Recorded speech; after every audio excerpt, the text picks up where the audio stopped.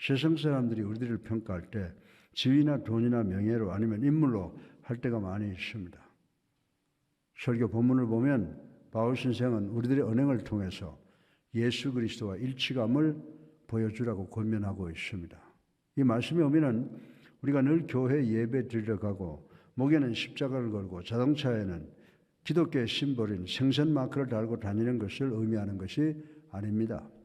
바울 선생께서 말씀하시는 예수 그리스도 안에서의 정체감은 우리 모두가 예수 그리스도께서 생각하시는 것처럼 생각하고 예수 그리스도께서 말씀하시는 것 같이 말하고 예수 그리스도께서 행동하시는 것처럼 행동하는 것을 말하고 있습니다.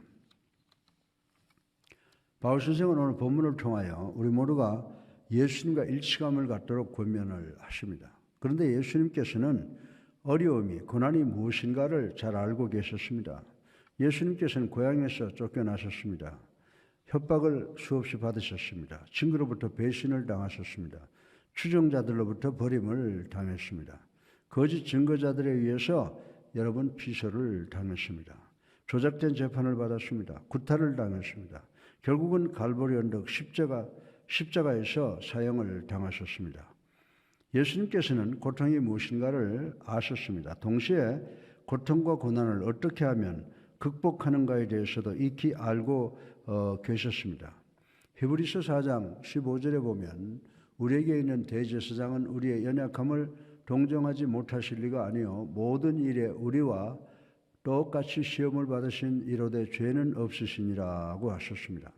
사랑하는 성도 여러분, 이 연속 설교를 잘 들으면 우리가 어떻게 고통과 고난을 잘 대면하고 효과적으로 극복하고 예수 그리스도와의 일체감, 정체감을 갖는가, 즉 승리할 수 있는가에 대한 진리들을 알 수 있게 될 것임을 믿으시기를 주님의 이름으로 축원합니다. 오늘 설교의 본론으로 고난과 고통이 난무한 불공평한 세상을 잘 살 수 있도록 필요한 위로와 힘을 얻기 위해서 우리가 예수 그리스도 안에서 그리스도와 일체감을 갖게 하는 4가지 요인을 말씀을 드리겠습니다. 오늘 설교 본론의 첫째로 여러분이 예수님과 그리스도 안에서 일체감을 느끼기 위해서 예수 그리스도와 연합이 일어나야 됨을 생각을 해 보겠습니다. 여러분이 예수 그리스도와 연합하고 그리스도 안에서 일체감을 느끼기 위해서 성령님께서 여러분을 먼저 초청하셔야 됩니다. 성경은 사탄을 가리켜서 먹이를 찾아 헤매는 허기진 사자와 같다라고 하였습니다. 먹이를 찾는 사탄을 성공하게 하는 최고의 길은 교회의 분열이라고 말씀을 드릴 수가 있습니다. 그래서 성경은 예수 그리스도께서 우리 교회의 기초가 되신다고 강조하고 또 강조하는 것입니다. 에베소서 4장 16절에 보면요. 그에게서 온몸이 각 마디를 통하여 도움을 믿음으로 연결되고 결합되어 각 지체의 분량대로 역사하여 그 몸을 자라게 하며 사랑 안에서 스스로 세우느니라고 하였습니다.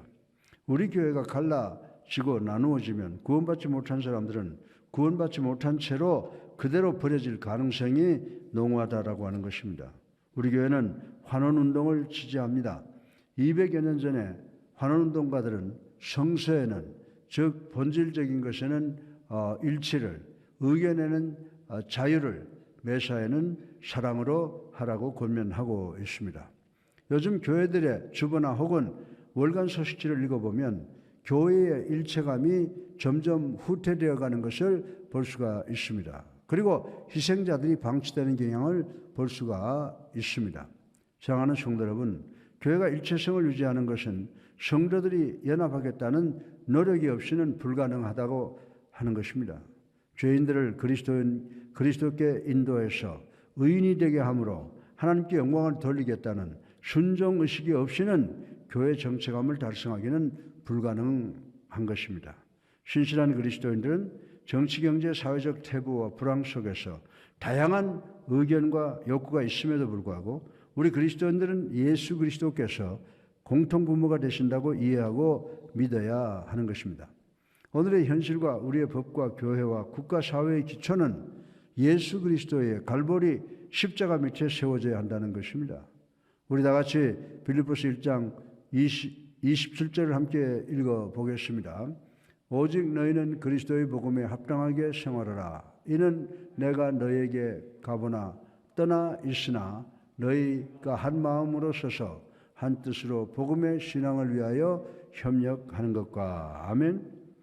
우리 교회는 한 사람처럼 우리 모두가 만족해야 되고 한 목소리를 내야 한다는 것입니다. 다시 말해서 여러분은 사탄을 대항해서 싸우기 위한 연합된 한 가지 목적을 가지고 복음 위에 굳건하게 서야 한다는 것입니다. 사랑하는 성도 여러분, 성도와 교회가 연합할 때 교회가 예수 그리스도의 간증 위에 서게 되면 강해지고 복받게 되는 것입니다. 그래서 믿지 않는 세상은 예수 그리스도의 간증을 폐기하여 땅속에 묻어버리려고 하는 것입니다. 교회가 분열할 때 이는 세상으로 하여금 예수님과 성도들을 조롱하게 하는 동기를 부여하는 것입니다. 보라, 저들의 입은 온갖 선한 말을 다 하나 우리와 다른 것은 아무것도 없다라고 합니다. 우리 모두는 건강하고 평안한 교회는 헌신적인 신실한 그리스도의 공동체임을 알 수가 있습니다. 여러분들의 삶은 지역사회에 예수 그리스도에 대한 인식을 변화시키는 데 큰 영향을 끼치게 됩니다. 따라서 성도들끼리 그리고 교회들끼리 비난과 비판은 교회 분열을 초래하게 되고 세상으로 하여금 우리를 조소하게 만들게 됩니다. 에베소서 6장 12절에 우리의 씨름은 혈과 육을 상대하는 것이 아니요 통치자들과 권세들과 이 어둠의 세상 주관자들과 하늘에 있는 악의 영들을 상대함이라고 했습니다. 사랑하는 성도 여러분, 우리 교회는 교회 프로그램과 재정 문제와 행정과 관리 문제에 대해서 아직까지 크게 불평불만은 한 사람은 없었으므로 우리 교회는 오늘날까지 건강하고 평안한 교회로 축복받는 교회로 유지 발전해오고 있습니다. 그래서 바울 선생은 그리스도인들이 그리스도 안에서 연합해야 됨이 왜 그토록 중요한가를 강조하고 또 강조하고 있습니다. 바울 선생은 우리 그리스도인들이 예수 그리스도와 연합되어야만 다른 그리스도인들과도 연합할 수 있다고 믿었습니다. 그래서 바울 선생은 에베소서 4장 3절에 평안에 매는 줄로 성령이 하나 되게 하신 것을 힘써 지키라고 하셨습니다. 바울 선생은 교회가 하나 되라. 그러나 거기서 머물러서는 안 된다고 했습니다. 예수 그리스도를 위해서 고난당하고 핍박당하는 것을 더 확실하게 결단하라는 말씀을 기억하시는 여러분 되시기를 주님의 이름으로 축원합니다. 둘째로 예수 그리스도의 발자취를 따라간다고 하는 것은 고통스러운 일임을 생각을 해 보겠습니다. 예수님께서는 당신이 의로하신 것을 당신을 따르는 제자들이 이해하기를 원하십니다. 여러분이 예수님을 위해서 고생하라고 합니다. 이는 어쩌면 이상한 교훈같이 들릴 때가 있으나 이 교훈은 진리라고 하는 것입니다. 제가 작년 언젠가 고난의 의미에 대해서 설교를 한 번 또 한 적이 있습니다. 그런데 예배 후에 어느 권사님이 제게 와서 목사님께서 고난에 대해서 설교하시는 것을 듣기 전까지는 저는 고난이 무엇인지 전혀 이해하지 못했던 것 같습니다 라고 했습니다. 저는 그 부인의 의도가 무엇인지 알 것 같습니다. 바울 선생은 예수 그리스도를 위하여 고생하는 것을 부끄러워하지 않았습니다. 바울은 하나님께서 자신이 예수 그리스도를 위해서 고난당할 만한 사람이라는 것을 인정하는 것을 기뻐했습니다. 예수 그리스도께서는 당신의 제자들에게 절대로 장밋빛 같은 길을 약속하지 않았습니다. 그러나 예수님께서는 십자가의 고난을 약속하셨습니다. 바울 선생은 초대교회 성도들이 무엇을 기대해야 되는가에 대하여 대단히 민감했습니다. 바울 선생은 빌립보서 1장 28절로 29절을 통해서 이런 말씀을 했습니다. 우리 다 같이 빌립보서 1장 28절로 29절을 읽어보겠습니다. 무슨 일에든지 대적하는 자들 때문에 두려워하지 아니하는 일을 돕고자 함이라. 이것이 그들에게는 멸망의 증거요 너희에게는 구원의 증거니 이는 하나님께로부터 난 것이라. 그리스도를 위하여 너에게 은혜를 주신 것은 다만 그를 믿을 뿐 아니라 또한 그를 위하여 고난도 받게 하려 하심이라. 아멘. 아멘이죠. 사랑하는 성도 여러분, 우리들은 예수님을 위하여 받은 물리적, 육체적 고난은 대단히 적습니다. 그러나 우리는 예수님을 위하여 혈과 육이 아니라 영적 전쟁을 해야 될 때가 많이 있다고 하는 것을 부인할 수가 없습니다. 그리고 영적 문제에 대하여 우리는 깊은 관심을 가져야 됩니다. 예수님께서는 마가복음 8장 34절을 통해서 누구든지 나를 따라오려거든 자기를 부인하고 자기 십자가를 지고 나를 따를 것이니라고 했습니다. 우리는 예수님을 위하여 고생하는 것이 무엇인지 잘 모릅니다. 대부분의 그리스도인들은 예수 그리스도를 위해서 위험을 당하게 될 경우에 용감하게 일어서지 못하는 이유와 경우가 많이 있습니다. 그것은 바로 주변으로부터 받을 손가락질과 수모가 부끄러워서일 것입니다. 이런 경우에는 방해를 어려움을 피하려고 침묵을 지키는 것이 훨씬 쉽습니다.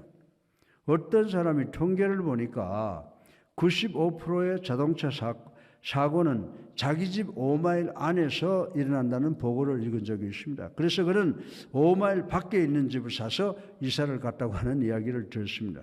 여러분은 이렇게 해서 교통사고를 피할 수 있었는지 모르겠습니다. 이사 갈 수가 있습니다. 도망갈 수가 있습니다. 눈을 감아버릴 수가 있습니다. 그러나 사실은 불행은 선택적이지만 어려움은 필연적이라는 사실을 우리가 알아야 된다라고 하는 것입니다. 사도 바울 선생은 빌립보 교회를 위해서 편지를 쓴 동기가 있었습니다. 여러분들은 바울 선생이 이 편지를 감옥 안에서 손과 발에 착고를 차고 간수들에게 감시를 받으면서 썼다는 것을 기억하셔야 됩니다. 빌립보서 1장 29절로 30절을 보면 그리스도를 위하여 너희에게 은혜를 주신 것은 다만 그를 믿을 뿐만 아니라 또한 그를 위하여 고난도 받게 하려 하심이라. 너희에게도 그와 같은 싸움이 있으니 너희가 내 안에서 본 바요 이제도 내 안에서 듣는 바니라고 말씀을 했습니다. 사도 바울 선생은 초대교회 성도들에게 그리스도를 위해서 고생하라고 도전을 하고 있습니다. 초대교회 성도들은 바울 선생은 당신이 설교한 대로 실천하는 사람이라고 하는 것을 알았습니다. 그러면 바울 선생이 그리스도를 위해서 당하는 고난을 참을 수가 있는 이유가 무엇입니까? 왜냐하면 예수님께서 바울 선생의 모델 본보기가 되셨기 때문입니다. 사랑하는 성도 여러분, 빌립보서의 내용이 우리에게 주는 의미는 천둥 번개와 같은 삶의 고통은 인간의 외면적 삶에 의한 것이 아니라고 하는 것입니다. 그래서 이 편지는 예루살렘 궁전에서 쓴 것이 아니라 감옥 안에서 고통과 고난 가운데 쓰여진 것입니다. 빌립보서 4장 1절로 12절에 보면 바울 선생은 내가 궁핍함으로 말하는 것이 아니라 어떠한 형편에서든지 나는 자족하기를 배웠노니 나는 비천에 처할 줄도 알고 풍부에 처할 줄도 알아. 모든 일 곧 배부름과 배고픔과 풍부와 궁핍에도 처할 줄 아는 일체의 비결을 배웠노라 라고 말씀했습니다. 여러분이 예수님과 연합하기를 원하신다면 여러분은 먼저 주님과 하나가 되어야 하고 주님과 하나 되기 위해서는 주님을 위해서 고난당하기를 기뻐해야 되는 줄로 믿으시기를 주님의 이름으로 축원합니다. 세 번째로 예수님과 같은 정체성을 갖기 위한 방법은 예수님처럼 행동해야 됨을 생각해 보겠습니다. 예수님은 우리의 믿음의 모델 표본입니다. 어느 교회 목사님이 당신의 교회 성도들에게 무엇을 하든지 먼저 예수님께서 현재 이곳에 계시면 어떻게 생각하고 어떻게 하실까를 먼저 생각해 보라고 도전을 했습니다. 그 후에 그 교회 성도들의 삶이 크게 변화되었다고 하는 평가가 있습니다. 왜냐하면 그 교회 성도들이 일생일 때 처음으로 그리스도께서 자신들에게 원하는 것이 무엇이냐를 생각했기 때문이라고 했습니다. 베드로전서 2장 21절에 보면 이를 위하여 너희가 부르심을 받았으니 그리스도도 너희를 위하여 고난을 받으사 너희에게 본을 끼쳐 그 자취를 따라오게 하려 하셨느니라. 아멘. 이 의미는 예수님같이 행동하라. 왜냐하면 예수님께서 여러분을 위해 사셨기 때문이다 라고 하는 의미를 내포하고 있습니다. 그러나 바울 선생은 빌립보서 2장 3절로 4절을 통하여 아무 일에든지 다툼이나 허용으로 하지 말고 오직 겸손한 마음으로 각각 자기보다 남을 낫게 여기고 각각 자기 일을 돌볼 뿐더러 또한 각각 다른 사람들의 일을 돌아보아 나의 기쁨을 충만하게 하라. 아멘. 예. 그러시면서 여기에 두 가지 조언을 하신 것을 볼 수가 있습니다. 첫 번째 조언은 여러분 모두는 겸손하라는 것입니다. 겸손은 필수품입니다. 우리들이 사는 문화는 긍지의 문화입니다. 자긍심이 너무 강합니다. 우리들은 주변에다가 나는 적어도 이런 면에 대해서는 자신감을 갖고 있습니다 라고 합니다. 그런데 겸손은 대단히 이상한 특성을 가지고 있습니다. 여러분이 나는 겸손하다라고 생각하는 그 순간부터 여러분은 겸손한 것이 아닙니다. 사도 바울 선생은 무엇이든지 이기적이나 험악한 생각으로 하지 말라고 했습니다. 너희들은 예수님같이 겸손하게 행하라고 말씀을 했습니다. 둘째로 너희는 다른 사람을 높이라고 했습니다. 바울 선생은 다른 사람은 나보다 낫게 여기라고 했습니다. 내 자신의 유익을 굳지 말고 다른 사람들의 필요에 대해서 관심을 가지라고 했습니다. 우리는 이 고난에 대한 연속 설교에서 어떻게 고난을 핸들하는가를 생각해 보겠습니다. 자신의 아픔을 피하는 자는 다른 사람의 어려움을 도와주기는 어렵습니다. 여기 예수님께서 우리 죄를 대속하기 위해서 우리가 상상할 수 없는 고난과 고통의 십자가 길을 선택하시고 십자가를 지셨습니다. 예수님께서는 십자가 위에서 온갖 고통과 고난을 타당하시면서 다른 사람을 먼저 배려하셨습니다. 예수님께서 십자가 위에서 십자가 밑을 내려다보시는 순간 당신의 육친의 어머니와 사랑하는 제자 요한이 있는 것을 보았습니다. 그래서 우리 주님께서 제자 요한에게 내 어머니를 돌보아다오라고 부탁을 하셨습니다. 예수님께서 당신이 고난을 당하고 계시면서도 다른 사람을 배려하시는 모습을 이렇게 보여주셨습니다. 사랑하는 성도 여러분, 오늘날 우리가 사는 세상 속에는 너희가 잘 살고 출세하기 위해서 누구의 머리든지 밟을 수 있다면 밟아라, 밟고 올라가라 라고 합니다. 그러나 이런 메시지는 우리 그리스도께서 주시는 메시지와는 완전히 다른 메시지라고 저는 말씀을 드릴 수가 있습니다. 예수님께서는 내가 먼저 되기를 원하면 나중된 자가 되라. 내가 부자가 되기를 원하면 먼저 주는 자가 되어라. 내가 유명해지기를 원하면 낮아져라. 내가 살기를 원하면 먼저 죽어라 라고 우리들에게 메시지를 주시고 계십니다. 높이 올라가려면 먼저 바닥에 서야 된다는 논리를 가르쳐 주고 있습니다. 사랑하는 성도 여러분, 우리들은 이 모든 것의 순서를 거꾸로 이해하고 있습니다. 우리는 성공하기 위해서 사다리를 타고 올라가는 것만으로 생각을 합니다. 그러나 하나님께서는 우리로 하여금 사다리를 내려가게 하는 것입니다. 하늘나라에는 종의 자리보다 더 높은 자리는 없습니다. 우리나라에서는 부자가 되는 이야기를 대단히 즐겨합니다. 부자가 되는 방법은 열심히 땀 흘려 일해서든가 아니면 복권을 사든가 아니면 상속을 받아서 되는 것입니다. 사람들은 없는 자가 성공해서 부자가 되는 스토리를 대단히 좋아합니다. 그러나 바울 선생은 빌립보서를 통해서 부자가 되는 스토리보다 더 중요한 말씀을 하시고 계십니다. 부유하신 분이 가난하게 되는 말씀을 하고 계십니다. 그분은 하나님의 아들 예수 그리스도이십니다. 예수 그리스도 이분은 세상의 완벽한 희생제물이 되셔서 세상의 모든 사람이 그분을 믿으면 영생을 얻게 되는 줄 믿으시기를 주님의 이름으로 축원합니다. 네 번째로 마지막으로 우리가 그리스도와 일치감, 즉 정체감을 갖기 위해서는 예수님처럼 생각하는 것임을 생각을 해보겠습니다. 우리 다 같이 빌립보서 2장 5절을 읽어보겠습니다. 너희 안에 이 마음을 품으라 곧 그리스도 예수의 마음이니. 아멘. 그리고 빌립보서 2장 6절로 8절을 계속해서 읽어보면요. 그는 근본 하나님의 본체시나 하나님과 동등됨을 취할 것으로 여기지 아니하시고 오히려 자기를 비어 조기의 형체를 가지사 사람들과 같이 되셨고 사람의 모양으로 나타나사 자기를 낮추시고 죽기까지 복종하셨으니 곧 십자가의 죽음이시라. 아멘. 바울 선생은 예수님을 하나님이시라고 선언했습니다. 예수님은 부사장이 아니십니다. 예수님은 제2의 동업자가 아니셨습니다. 예수님은 하나님 아버지와 동등하신 분이십니다. 그러나 예수님은 이 세상에 종으로 오시기 위해서 당신의 모든 지위와 소유를 포기하신 것을 볼 수가 있습니다. 예수님께서는 하늘나라의 영광스러운 멸관의 보석을 갈보리 십자가와 대못과 십자가의 대못과 바꾸셨습니다.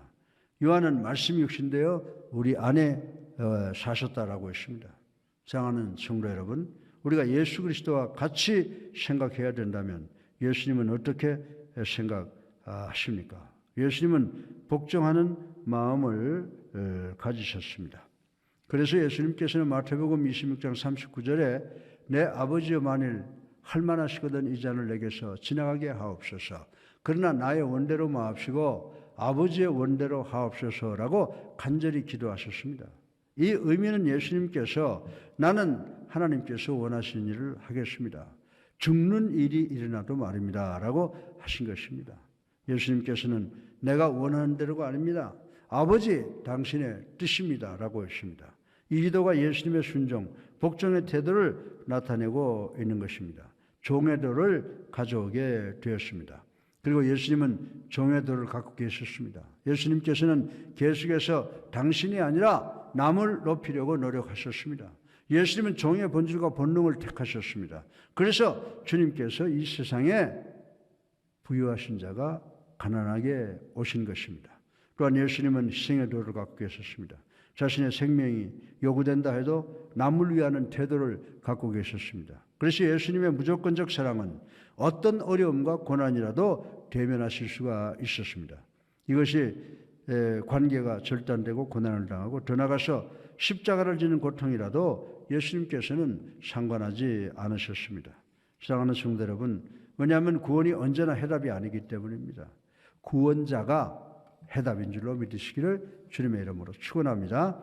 여러분이 여러분의 지도자 예수 그리스도와 하나 되기를 원하면 여러분의 삶의 태도를 통해서 예수님을 완벽하게 기쁘시게 해야 됩니다. 여러분이 여러분의 삶을 통하여 이 목적을 성취하게 되면 여러분이 예수 그리스도와 하나가 되는 것을, 즉 예수 그리스도의 정체성을 공유하는 것에 성공하게 되고 예수님과 세상과의 싸움에서 승리하신 것처럼 승리할 줄 믿으시기를 주님의 이름으로 축원합니다. 오늘의 결론을 말씀드리겠습니다. 저는 사무엘하 23장에 나타나는 스토리를 대단히 귀하게 생각합니다. 다윗이 왕위에 있을 때 블레셋 군대가 베들레헴을 완전히 포위하고 있을 때가 있었습니다. 그때 다윗 왕은 세 충신과 함께 베들레헴 성 밖에 있었습니다. 그때 다윗 왕은 세 친구에게 위대한 전사인 그들에게 유명한 베들레헴의 그 음물을 마셔봤으면 좋겠다라고 지나가는 이야기로 했습니다.